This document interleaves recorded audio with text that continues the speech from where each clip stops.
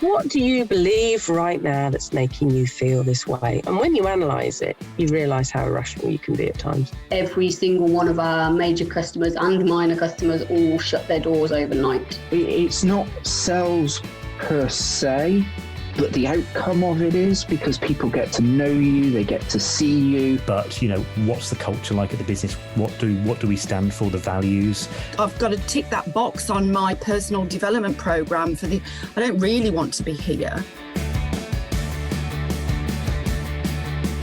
Scaling up a business isn't easy. If it were, we wouldn't have less than 4% of businesses scaling beyond 10 employees or around £1 million turnover level, and less than 1% beyond 50 employees.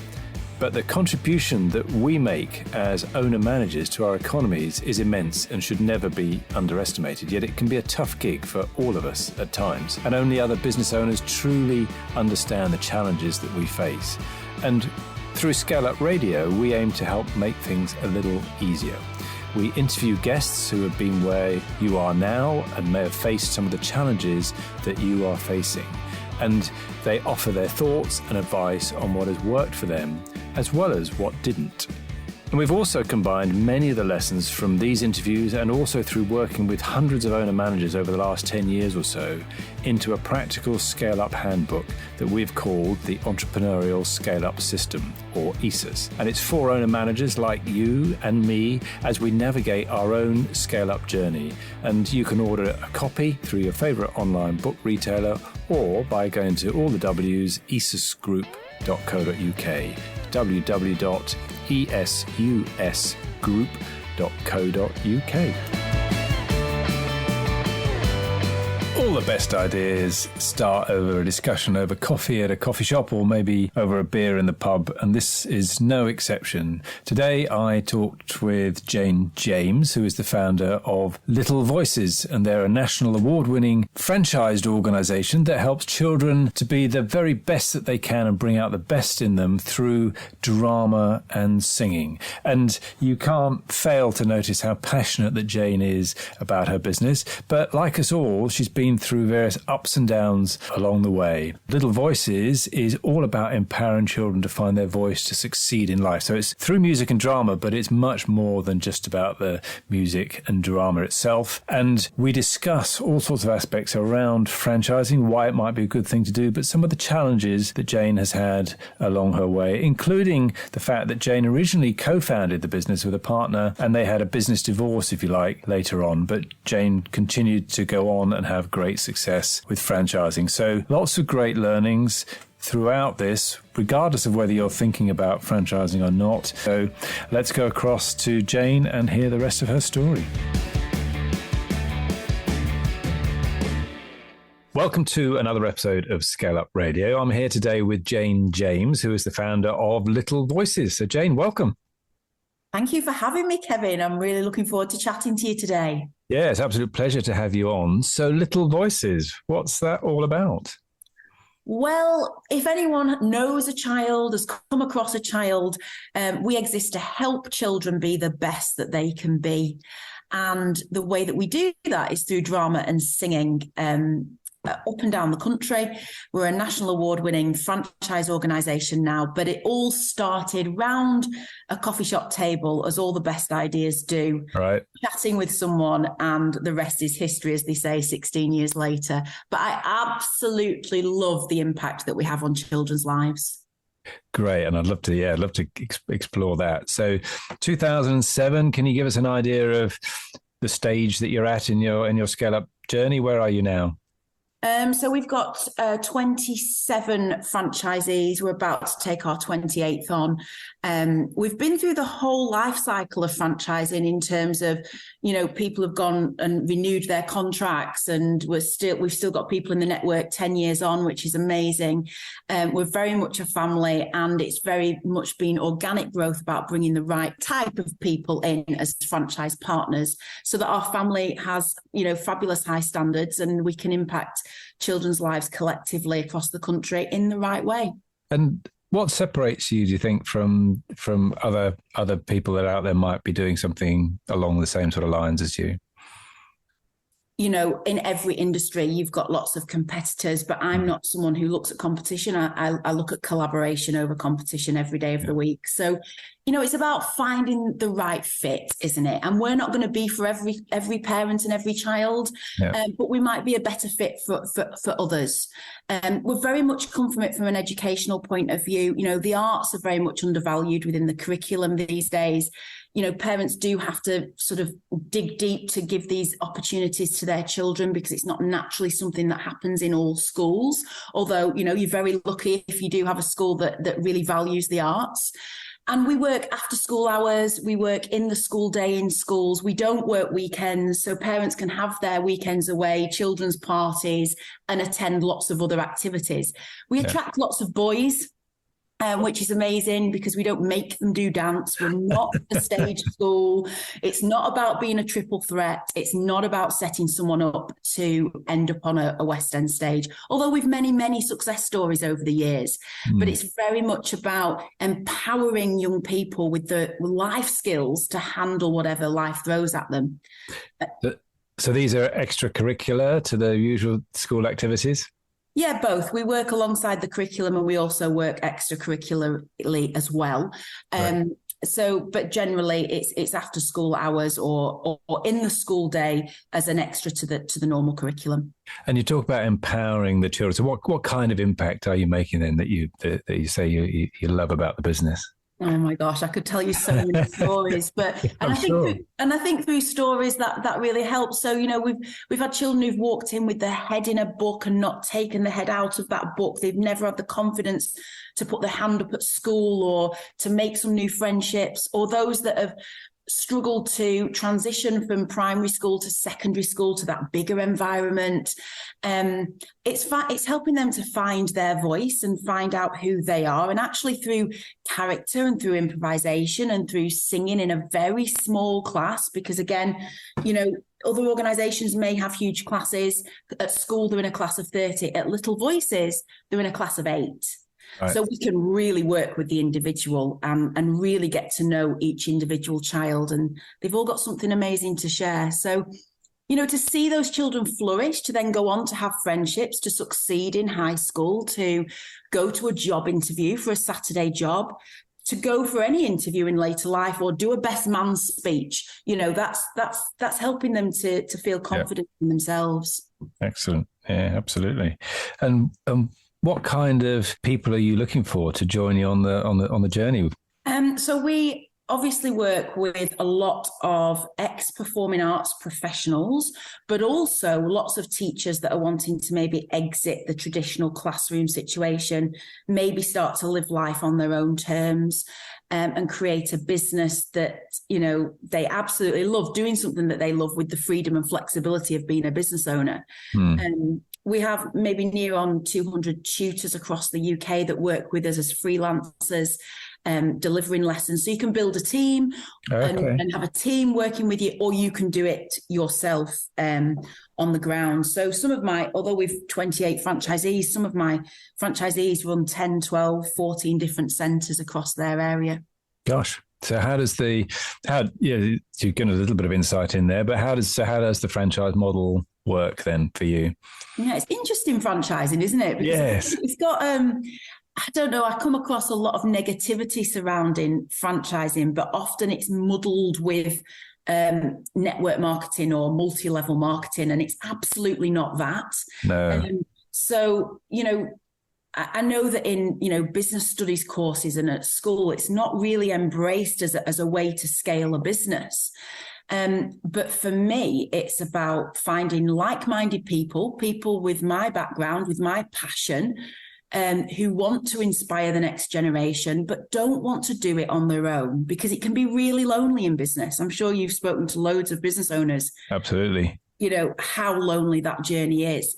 And if you want advice or you want help or you want to bring in something new, you've got to go and pay for an expert or a consultant to help you do that. When you're part of a franchise, that support and those like-minded people and those people who are ahead of you on the journey are there surrounding you. And did you decide to go down the franchising route right from the beginning when you set up in 2007 around the coffee table? Absolutely not. I knew nothing about franchising. I think the only thing I thought franchising was, fast food, McDonald's, etc. I'd worked in a KFC. My uncle was a franchisee of KFC for one of the earliest ones in the UK, and very, very successful. So, I sort of understood systems and processes, but I didn't understand franchising per se. And it certainly wasn't on the agenda in 2007. It came from a point of getting the business to a certain point. It was profitable, it was enjoyable, it was having an impact. And I was like driving home one night and thought, how do we reach more children? How do we have a greater impact on children? So it came from the core of what we did. It wasn't, this business is great, how do we scale? It was led from the heart. And franchising found me as a way to, by talking to accountants or talking to lawyers, as a way to grow the business, but ensure that the brand and the values and the core beliefs stayed really central to it. Yeah, and that is one of the real advantages, isn't it, of the franchising from the franchisor's perspective, is you've got that nice steady scaling, and you've got that ability to bring the right people on and keep the quality and all of the values that you have within the business, haven't you, as you go, as opposed to maybe, I don't know, a license type model or something else where you've got a little bit less control. Yeah, absolutely. And also from the franchise partners perspective as well, then they're still got the freedom and flexibility to run their own business. I don't control when and how much they work. It's their business, but they're part of our brand. So getting that I think of it as a marriage, getting that marriage right from the beginning is really important. So what do they get with Little Voices as part of that franchise package? I would like to say to you, what don't they get, actually? But honestly, everything is there for them in terms of training, hand-holding, face-to-face, conferences, hubs, virtually, in person, collaboratively working with other franchise partners, national contracts, all the material, all the brand, the website, the emails, the systems, policies, procedures, templates, everything. I mean, it's just, people term it a business in a box. Well, you wouldn't fit our franchise in a box. It's everything's been done, tried, tested, proven with the model that I ran for a number of years before we franchised. We've been franchising coming up for about 11 years now out of those 16. So, I'd done the workings and the well-oiled machine before we started. But also, business needs to be adaptable. So we've also adapted and grown, and our franchise partners have brought brilliant ideas and suggestions for us to develop forward. So, if you think about McDonald's, you've got your standard burger, but you've also got the special range that they bring in, every so often, and different flavors and chicken burgers or whatever. And so we've added and created lots of different income streams into the business over the years as well. So everything's there for the taking, if they're the right person. Brilliant. So take me back to maybe that coffee shop discussion, or what were you doing beforehand that got you around that coffee table and got you thinking about it? Oh, that's interesting. So I was trained as a professional opera singer. So I did an undergraduate degree, very academic undergraduate degree at Sheffield University, took a year out and then went to study as a professional opera singer. That was my goal. I wanted to be on the stage. However, the life of an opera singer, whilst I loved sharing my voice and also teaching children, alongside professionally singing, I didn't like the life of a professional opera singer. Very unstable, audition process, money, no money. Yeah, huge unpredictability. Right. For me, it didn't sit right. I was a family person. I loved my family. I wanted my own family and home, and it wasn't conducive to living out of a suitcase. So, yes, I didn't want to pursue that. And that was a hard decision, because you've plowed everything into doing that and everyone around you supports you to do that. But I found teaching, and the teaching took over more and more. I loved what the children gave me. I loved how much they taught me about my voice, about me as a person, and I loved helping them. So it grew from a passion from teaching, really. And I'd been on a sort of summer workshop week with a colleague of mine. We went for a coffee afterwards, and she said, well, you're working in all these schools, you're doing all this one-to-one teaching. You've obviously got, business acumen within there. We should start something, but let's do it differently. Let's not do the one-to-one lessons. Let's not do the huge classes. Let's approach this differently, giving children that individual attention, but the ability to work as part of a team, which often today, that's not the case of school. They've got to do GCSEs and SATs, but it's all very solitary. And working as part of a team within Little Voices, they learn so many other skills that set them up for life. Great. So how did you get started from that, that light bulb moment?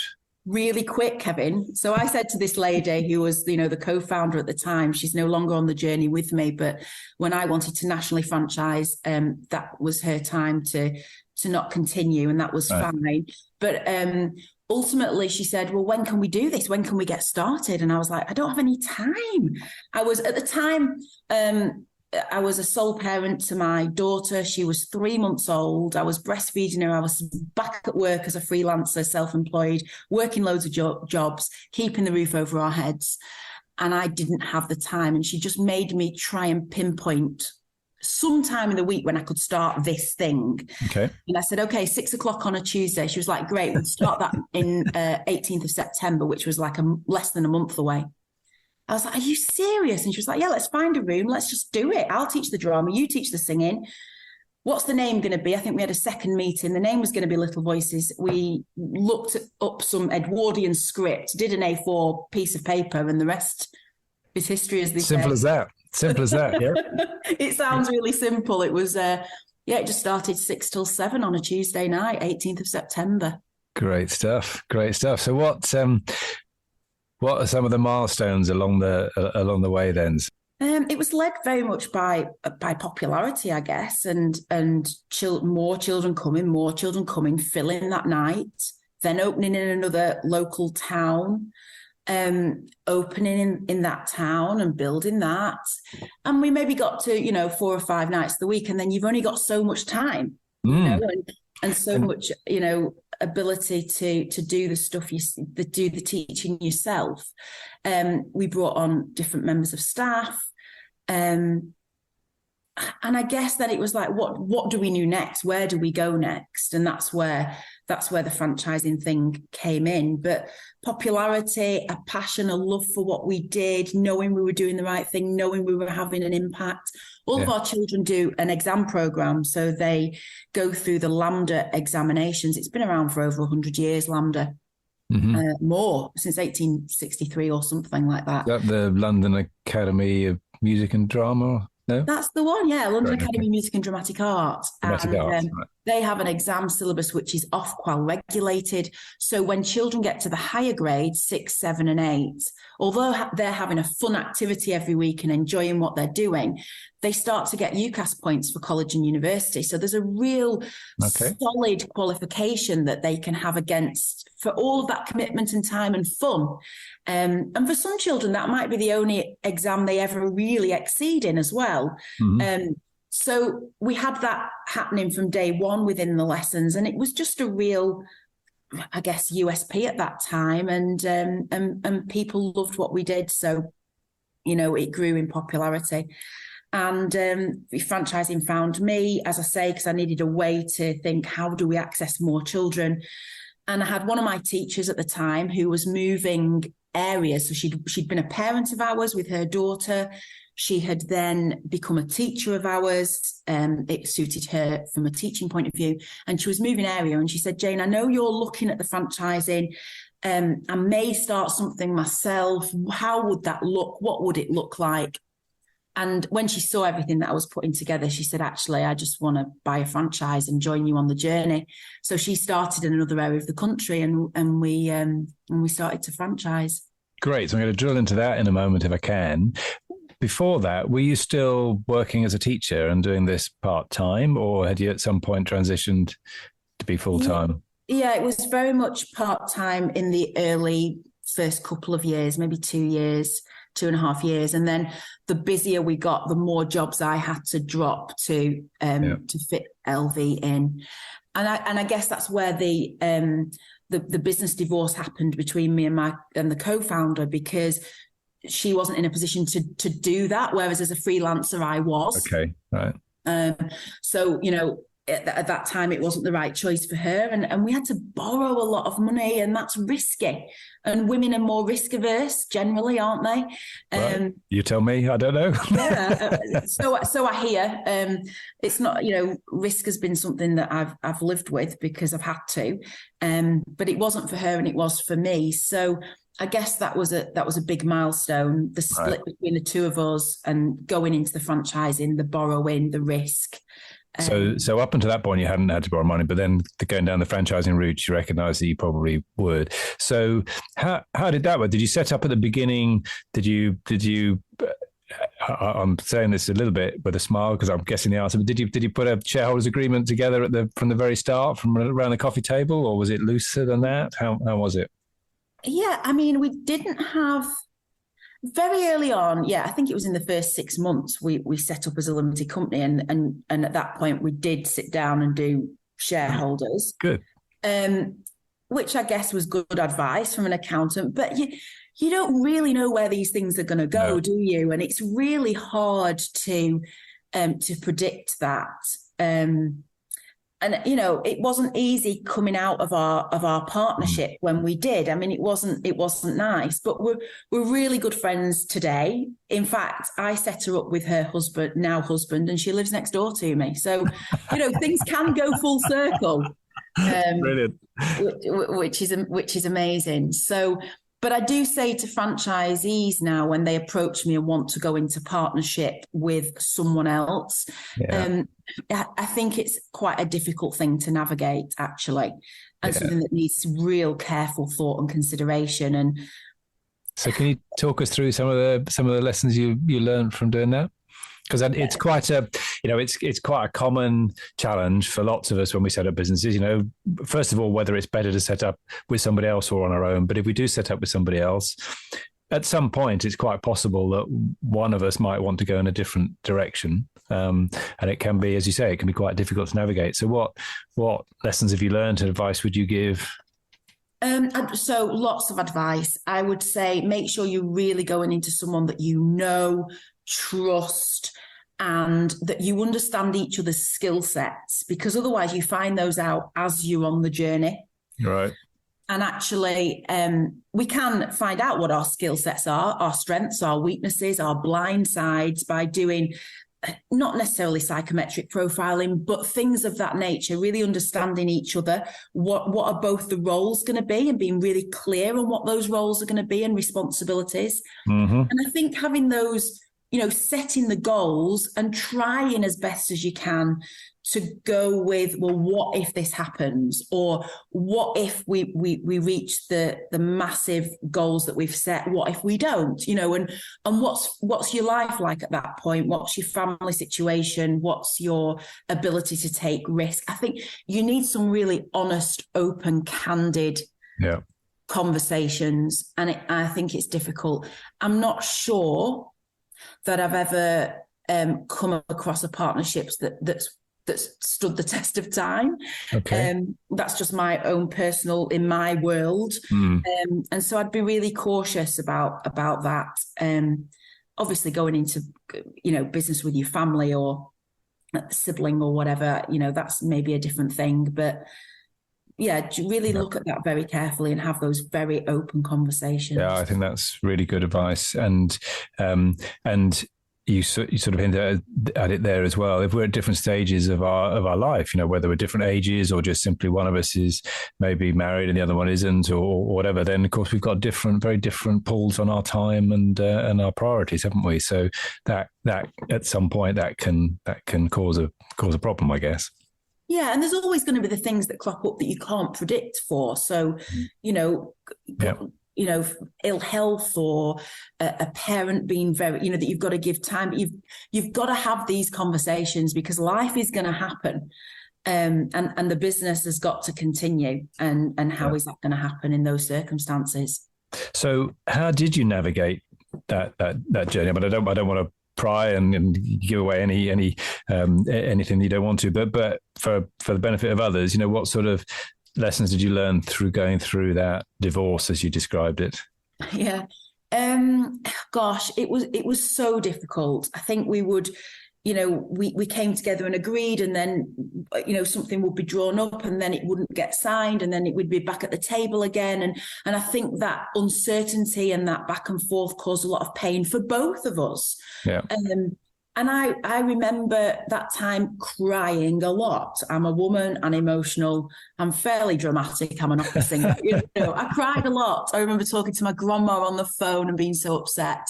But ultimately, we navigated it and we got through. And in the end, we just had to sign on the dotted line what we both agreed at that point. But it wasn't easy. It wasn't an easy time, but it's done, and move forward and move on as we have done. And we've got a beautiful friendship out the other end. Great. Okay. Well, I won't push any more on that. So you've decided to go with the franchising route now. You're now in sole charge. And you obviously had worked out it's going to cost you a lot of money. You're going to need to spend some money somewhere. So what sort of things were you thinking there? I think we always underestimate what we're going to need. Yeah. And I think we fail when you're entering a business being led by your heart. We don't necessarily write the best business plans from the start. I mean, I remember writing a business plan when we very first opened because we wanted a little bit of a grant funding for some computer equipment and a few basic pieces of office furniture. So I'd written a business plan then. But when you get into the serious stages of borrowing some serious money, those business plans need to be rigorous. And I remember sat in a meeting with a panel that was going to invest at some point, and there was some really hard questions. I'm an opera singer. I'm a teacher. I'm not an accountant, and I won the investment, and that was fine. But you've really got to understand those numbers because they don't lie. So for me as a businesswoman, the numbers don't lie. It's black and white, and make those work. But that's been a hard journey and a hard lesson to learn over the years, and you're talking some scary figures at times and risking a lot. Yeah. And where did you go for that panel of investors, or how did you find people that might want to invest? Oh gosh, all multiple different ways. I've been very lucky to be surrounded by some very amazing people, family and friends, and also local. I don't know whether it was European investment funding pots and grants at different times and different financial institutions. I mean, there's always someone out there. There's going to be a route. If you've got something and you believe in something and you can, prove it on paper and with your own business acumen, you can find pots of money and okay, not always traditional routes with the banks, but other places. You need to network really well to find out where those pots are for you to go for. I've never been in the situation of having to do one of those long, although part of it was pitching, but not stood up pitching like a Dragon's Den situation. I haven't had to go through any of those. But if we needed to at any stage, I'd have been very happy to. I have to say, I believe in my products and I believe in the impact we make. And what was it that you'd identified that you needed the money for? Because you'd got somebody, by the sounds of it, that was looking to set up as a franchisee in a different part of the country when they moved. So, what sort of things were you looking for the money for?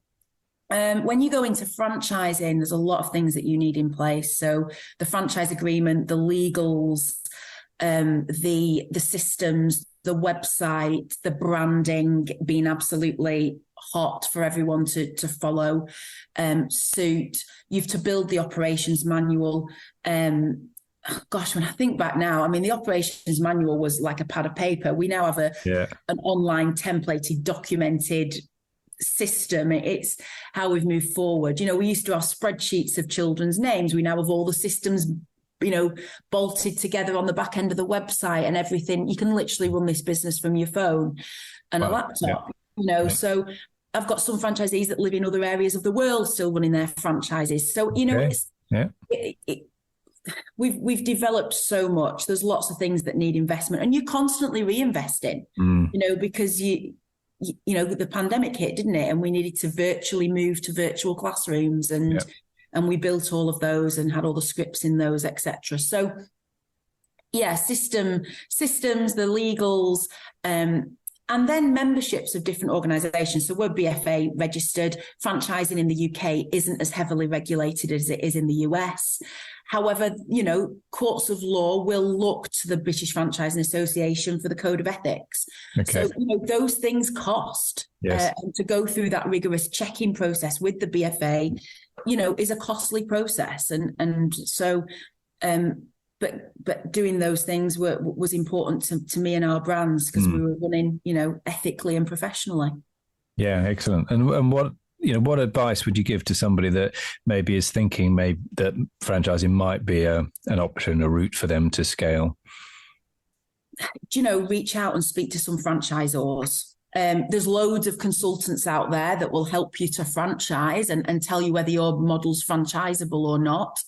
But speak to the franchisors about whether this is the right route for you. Because as a franchisor, it's quite an unforgiving role. When things are going bad, it's all your fault. When things are going good, it's nothing to do with you. And, and I mean that in the nicest possible way. I'm really proud of my franchisees. We're a real family, and I care about each and every one of them and every child that comes through the doors every week. But it can be sometimes a thankless cost being the biggest brand ambassador and also the biggest brand defender. Yeah. And that takes its toll mentally, emotionally. And it can be quite a lonely place to be. So make sure you're surrounded by some really good franchisors around you. So if before going on that journey, seek those people out. And I was lucky enough to have some of those people. They're still on speed dial in my phone as mentors. They were very kind to me. They gave me lots of knowledge, shared lots of wisdom. Again, looked at collaboration rather than competition. And they always said, I said, how can I ever repay you? And they said, Jane, pay it forward. And so I've always tried to do that. So, please, if you're looking at franchising and you want a conversation, please reach out to me. Brilliant. I would always pay it forward. And I find that the franchising industry is very like that. Mm-hmm. And also the children's activities sector, which is the other industry that I sit within. It's very supportive, very collaborative, and people are happy to help, but you've got to ask. So be brave enough to ask. Great. Good. And what about some of the practicalities then? How did you establish the investment level and the fee structure for your franchise right at the beginning? Do you remember? I've learned so much. I mean, I think that, in terms of fee levels, etc., in terms of British franchising, you shouldn't, or any franchising, the franchisor shouldn't be making lots of profit on the initial franchise fee. The franchise fee is to enable the franchisee partner to get on board, get the systems, get the training, get the support. And honestly, our fee completely goes on doing that job really well. And then the way you make money as a franchisor ethically should be from the success of the franchisees in terms of your monthly royalty, your management fee, your annual management fee, however you structure it. And for us, it was a percentage of turnover. And the fees are structured in that way. The financial modelling is built in that way. But so it benefits all. And for me, therefore, there's no point taking on the wrong franchisee, because if they're not going to be successful, then, if they're not successful, I'm not successful. Yeah. It's a mutual partnership. We're not trying to sting, or franchisors are not stinging their franchisees. That's not what it's about. We're only successful if they are in their area of the country. So it's very much a partnership, and getting that marriage and getting that, dating each other for a period of time, testing each other over a period of time, talking to other people. It's only like dating someone on a dating site, meeting their friends. Are they the right ones? Meet my franchisees. Does this feel right for you? I definitely, it's a relationship, and you've got to get it right from the beginning. Great. So from the beginning, then you've got this lady that had been working with you and moved. So how did that work out with that first person? Oh, it's been a dream. Like myself and that very first franchisee in terms of that area was just fantastic, still going today. Great. And, you know, it was absolutely a match made in heaven for us, and we're very, very good friends. And, you know, she's been chair of our advisory council for many years as well. She gives so much back to the network. But it was hard for her. You know, you're opening a brand in a new area of the country. And I think some people might think, oh, I'll buy a franchise. It'll be a fast way to make money. It's a business. You know, it's a business like any other. You know, you've got to reach break even point and then, you know, fall over into profit. And that steep, you know, trajectory is tough in any business. It's not fast track when you buy in a franchise, but you're learning how to run it, how to operate it, all the support, all the systems, all the training, so that you don't make the same mistakes. You buy in the first 3 years of a business mistakes in a franchise. Yeah, absolutely. So what were some of the milestones then with your franchising journey? You know, you've got one franchisee now, so tell us about the journey from there. Yeah, it's hard to remember. They're tough questions, Kevin, thinking back and reflecting back. We went on to maybe 2 or 3 a year for a couple of years. Then we had a couple of quite, you know, 4, 5 in a year. But I always think to myself, you know, I'd rather get the quality right than go for quantity, because that will serve you best. So it's been a very steady, organic growth. And generally what we find is parents become tutors become franchisees, people recommend other people. And that's the organic growth that we've had. I mean, some of the girls that work with me in head office now, they were pupils of ours and they've gone the whole journey. You know, Grace, who works alongside me, she was a 16-year-old pupil when we started. She went off to university. She came back as an assistant, then a tutor, then a manager. And now she heads up all the business development in head office. So, you know, people have gone full circle with us, and that's really special. Some of the other milestones for us were definitely winning awards. I mean, we've worked hard, and then to have someone recommend you for an award or put you up for an award is incredible. And a sort of a little moment to think, oh, we're doing the right thing. This is lovely. And it's funny because we've just been recently re-looking at just a simple part of our brand, but signature strips on emails. And there were that many awards. We can't fit them on, and it looks ridiculous. Yeah, and that's how we met, wasn't it? Through the Great British Entrepreneur Awards. I think that's how we got introduced.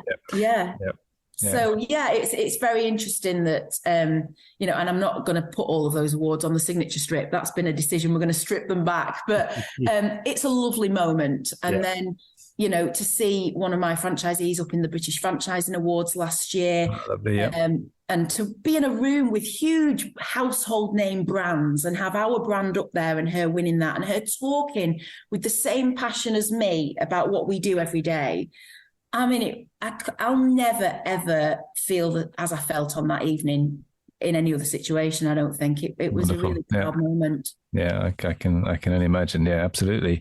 So how about those early stages? Because one of the great things about franchises, once you're up and running, you've got that network of support, and people can see that when they're coming in, so they can like the model that you've got, but they can also see that it's working for other people and they would have that support. At those early stages, of course, you only have a limited amount of proof, and in your case, you've got one franchisee. So do you remember how you managed to overcome that credibility gap at the beginning, really? Yeah, it's difficult because, like you say, you know, there's not a whole network for them to pull on. It's just, but I think it was, I'd probably say, because I invested so much of my time and energy in each of those early franchisees, and still do now with the ones coming in. But I was still running my own franchise in those early years as well. So there was the original model business, and there was, you know, supporting and bringing on the newest franchisees.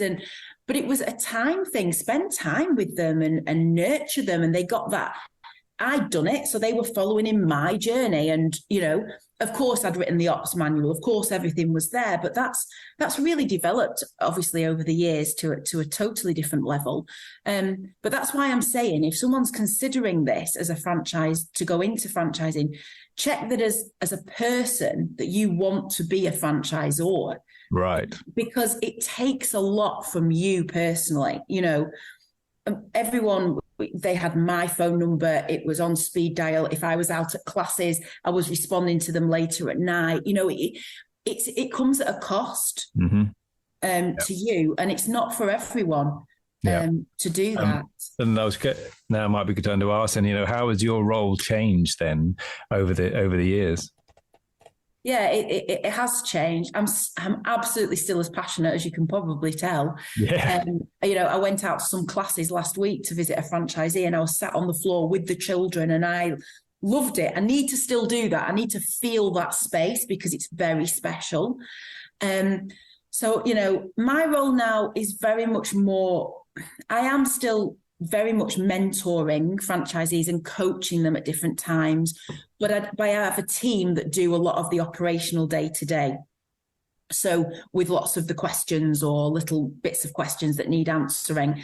And I now look at the plan for the year ahead and where we're going. And I still do all the front end meeting franchisees. I don't know whether I'll ever leave that role because I love it and it's an important part of what we do. So I still do a lot of the front end recruitment of new franchisees.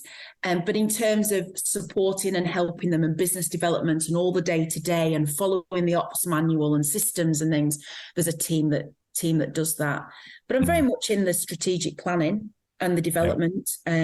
We have an advisory council now of franchisees that changes every year, but they help me to make the tough decisions and shape the future of the business. And that's a lovely role, and I love that. Yeah.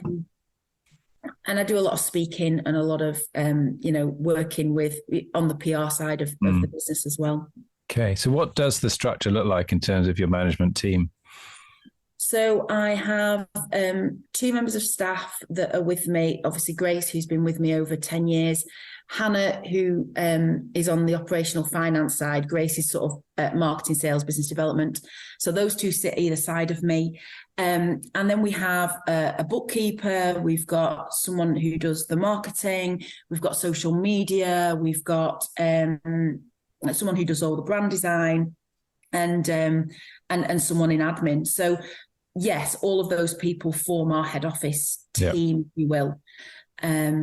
I absolutely know who they say you become the average of the 5 people you spend most time with, and be careful who you're listening to. Yeah. So I do know who's in my sort of circle of 5 in business for me to be able to go to and seek advice from, or a sounding board. You need that confidant. And so that's really important for me. I'm very good with boundaries now as the franchisor. So really strict boundaries. That came from being quite poorly a few years ago, just giving too much and being very, very poorly. So I'm very good with my boundaries. And so that means, Friday evening, I finish work at 4 or 5 o'clock, and that's it. I don't touch emails till Monday morning. I'm rigid with it. Right. And everyone respects those boundaries, actually. I think in today's world of business, we think we have to be on all the time, but you need to turn those notifications off and be strict. Great. Good. So what are some of the things then that you think you've got right that have contributed to your success to date? Keeping children at the heart of what we do, the customer. Yeah. The end user. In a business like mine, it's the parents that will inquire, but it's the children that are at the center of the decision making for me. Yeah. And I think you need to remember that. I would also say that you've always got to walk a mile in someone else's shoes. I'm sure that's someone else is saying, but you've got to walk in someone else's shoes. So, that's in a complaint situation or a celebration situation, walk in their shoes. It's not about you, and try and, have that mindset. I think it served me quite well. Yeah. And and find in every challenge, it's an opportunity. It's had to be brought to you for you to grow and learn something. So things might happen. If they happen twice, you need to address the way you're doing it. Look internally at the business or you, because there's a reason for that. Yeah, those would be my top three, I think. Lovely. Very good. And if you were to look back similarly and think, what might I have done differently if I were to walk in my shoes again, what would you do differently? I wouldn't change what's happened. I've become the person I am because of it. However, maybe, when I was thinking to scale the business, do what I've just given advice on this show about, and find someone else who's gone ahead of you and done it and been there and is willing to share.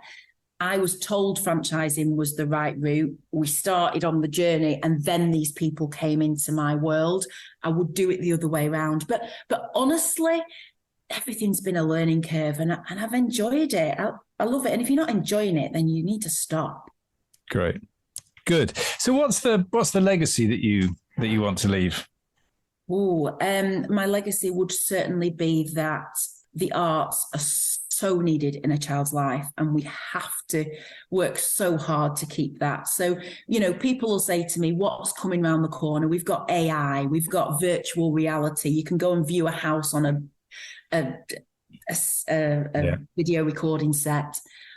Oh, we can't replace that face-to-face connection with children and helping them develop as people. Surely, we've got to keep that. And the arts is a massive part of everybody's lives. You, Kevin, will have had to have gone for interviews in your, days in your life and done speeches and presented yourself and been put in all sorts of situations where you feel a bit nervous. And an arts education for boys and girls, or non-binary, however you identify, is so important. We've got to keep that. And if I can leave that legacy, I'll be a very proud lady. Brilliant. Fantastic. And what do you think might be your biggest challenges coming up? Currently everyone, I don't choose to watch or listen to the news. And I think that's a big tip for a business owner. Don't listen to it. Open the podcast channel and have some wisdom. I'm grateful for people that showed me that podcasts even existed. I have to say, so be careful of what you listen to. Stay adaptable because, cost of living crisis is with us at the moment, but there'll be something else in the future. Yeah. I don't know what's coming down the road, but keep your eyes open. Okay. Looking forwards and watching for it. And where would you like to be in 5 years? If we're having a catch up ScaleUp Radio interview in 5 years' time, what would you like to have happened? Okay, so that's much easier for me to answer in terms of I would look to have at least 50% of our territories in the UK taken by the right people, and looking at at that point, maybe just before that point, at some international franchising territories. Right. Yeah. We've already got inquiries, and I'm very proud and privileged to have those. But for me, for someone to take on a master license and do what I do in another country, then I want us to be at a certain stage UK wise, and also for it to be right for them. And what would 50% be? Would that be about 50 franchises? Our territories are quite big, so they contain 40 to 45,000 children in a territory. So, at this moment in time, in terms of our territories, we've sold about 15% of them. So, okay. Right. Yeah. But everything's in place now. We've been through the life cycle of a franchisee. We've done renewals of contracts. We're into 10 years with some of our franchisees. The foundations are really solid, and we've shown ourselves to be flexible and adaptable, and of a mindset of development. So, the future is really bright. And last year we had 2,500 inquiries. We awarded 5 franchises. So, 2,500 inquiries and you awarded 5. Yeah. Yeah, we awarded 5. I always say to people, I don't sell franchises, I award them. So, this year, if we look to triple those inquiries in, we'll be at the right point that we want to be at the end of this year. Yeah, brilliant. And you said you've had people that have gone the full cycle. So I'm guessing that means that you've had people that have developed a successful territory and then moved on. Do they sell back to you? How have you made that work? No, so when they come to the end of their franchise agreement, towards the end of the franchise agreement, if they want to leave, then they can put the business up for sale. And we've had many successful sales over the lifetime of Little Voices so far. There's 2 more resales just going through this month. People's lives change. They move countries, they move, their family circumstances change, job, etc. Some people do this very much part-time. Some people do it very full-time. So, it is going to change. Yes, so they can put it up for sale. The sale price goes to them. And then the new franchisee coming in pays us for training, setup, etc., and has to be approved by us to take that business on. Yeah. So, yes, we've had people leave. Yes, we've had people continue. So they're on, some of them approaching the 3rd contract. So, we've gone through all sorts. Excellent. Good. That's been fascinating. Thank you very much for this. Are you up for a couple of quick fire questions? Absolutely. Yes. Go for it. So if you could go back to your younger self, what advice would you give yourself? Put yourself at the centre of everything. Look after yourself. Look after number 1 first. You've got the power. Brilliant. Good stuff. You mentioned podcasts. So what podcasts and maybe books or other resources would you like to highlight? Oh, I absolutely love so many podcasts. Certainly Diary of a CEO is a big one on mine. The Midpoint with Gabby Logan. I've started my own podcast called The School Run with my 15-year-old daughter. We're 8 episodes in, Kevin, so not a professional like yourself, but we're doing all right with that. Fantastic. So I love listening to podcasts. Great. So what's the name of that podcast, of your podcast? The School Run. The School Run. Brilliant. Okay. And what's the idea of it? So we have a very long school run. We live a long way from my daughter's school. She has a big commute in the morning. We have the best conversations on our school run. We've all had a school run. You will have done. Everyone does. And what do you remember about it? And what would you go back and tell your younger self? And what career have you had? You don't have to have it all figured out at school. And it's just a short chapter. So it's been received really well, and we're really enjoying doing it. Yeah, I love it. Brilliant. Great idea. So who's had the most influence on you, would you say? Oh, wow. There's so many people to mention, but from a very young age, my family and my grandfather, my uncles, my father, my mother, massive influences on my life. And I will always be grateful for my family. Okay, brilliant. Any apps? You mentioned that you could pretty much run the business off your phone, but any key apps that you find really useful? I love anything Google, Gmail, Tasks, Google Drive, brilliant, can be used on all devices. We have Xero in our business. I love an app. I love a Trello board. Yeah. Good, brilliant, fantastic. And from a marketing perspective, what's your most successful tactic or tool for finding either finding children to come on for you or for finding franchisees?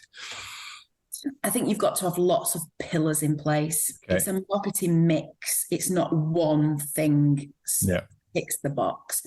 And actually, if you have one pillar and that pillar was to be smashed down, the building would fall down. So, you need several, and they mix in together. I always ask our prospective franchisees or tutors or parents, where did you hear about us? Because of course I want to know what works and what's made them pick up the phone. But you can't tell. They may have seen 7, 8, 10, 20, 30 things about you. Right. And it's suddenly just one thing that's made them take action. So find your marketing mix is what I would say. I think that's really important. Don't rely on one thing. Excellent. Fantastic, Jane. Thank you very much indeed for being my guest today. If somebody listening would like to find out more about you or about Little Voices, what's the best way for them to do that? Little Voices is on all the social media channels, and the website's littlevoices.org.uk. I'm also on all the social media channels, Mrs. Jane James. and my previous name was Maudsley. So, Google works well for that. But if you want to have a listen to the podcast, you'll find out all about me. And it's called The School Run. So have a listen. Yeah. Fantastic. Jane, thank you very much indeed for being my guest today. It's been an honour. Thank you very much. I hope you enjoyed that discussion, and if you're building and scaling your own business, you might well be interested in our book, The Entrepreneurial ScaleUp System. And it's exactly what it says on the tin. It's a practical handbook around scaling a business in a structured way. And you can order a copy on all your favourite online retailers, including an audio version, or you can find it and other supporting resources on our website, www.esusgroup.co.uk. That's esusgroup.co.uk, which is esusgroup.co.uk.